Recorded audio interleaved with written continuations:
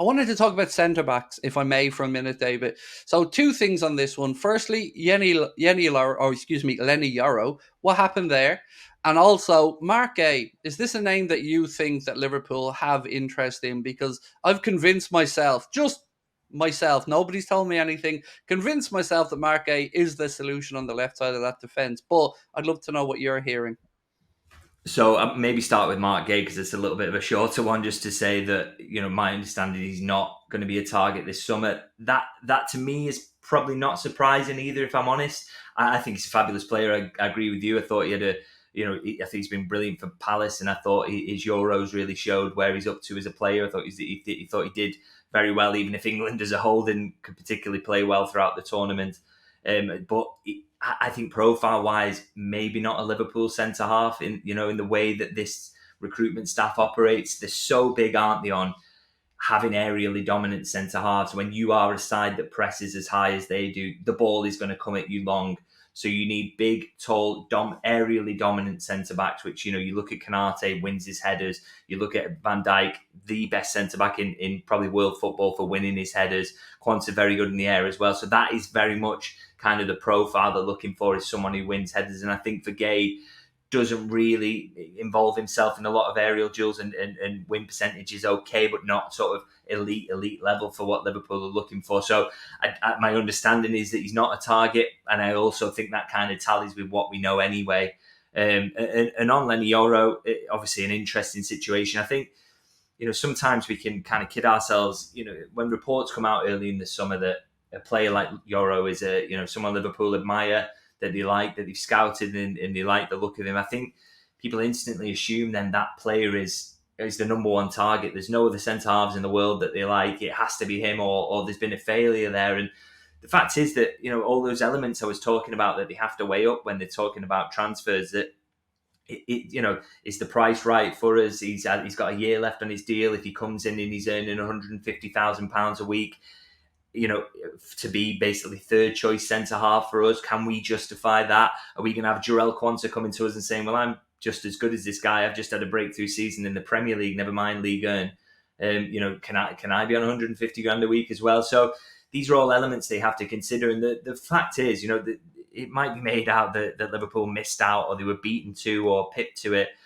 But the fact is, they made the same decision as Real Madrid, which is that at that money, that is not a deal that we wish to do. They made a decision on that, and they might be wrong about that. I will, talk about that till the cows come home. They might be wrong about that. I provide, I like to provide insight and background into why that decision was made. But the fact is, it could be the wrong decision. I absolutely accept that. Yoro could go on to be the best centre half in the world.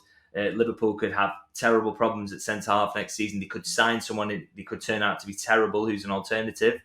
These possibilities are all out there. But the fact is, Liverpool looked at the conditions of that deal and thought, that amount of money for 1 year left, the wage bill and what that would do to it, and the effect it would have on other players, that's not a deal that we want to do. And United's need was greater, so they could go to greater financial lengths to get it done.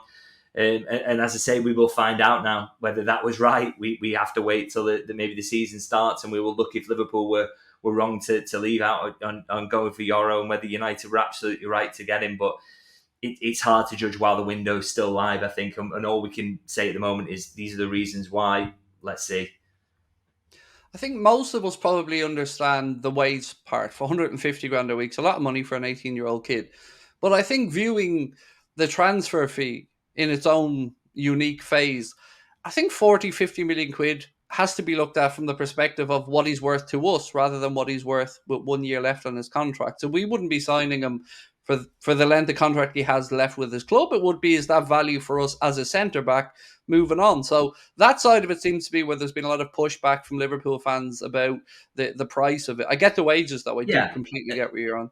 And that is a fair point as well. That ultimately, if Liverpool had a desperate need at centre half, where they thought, well, this kid's going to play for us from next season for the next 10 years or whatever, then they would probably have seen the value in it. But again, I'd come back to the fact that the centre half that they're signing at the moment it's not.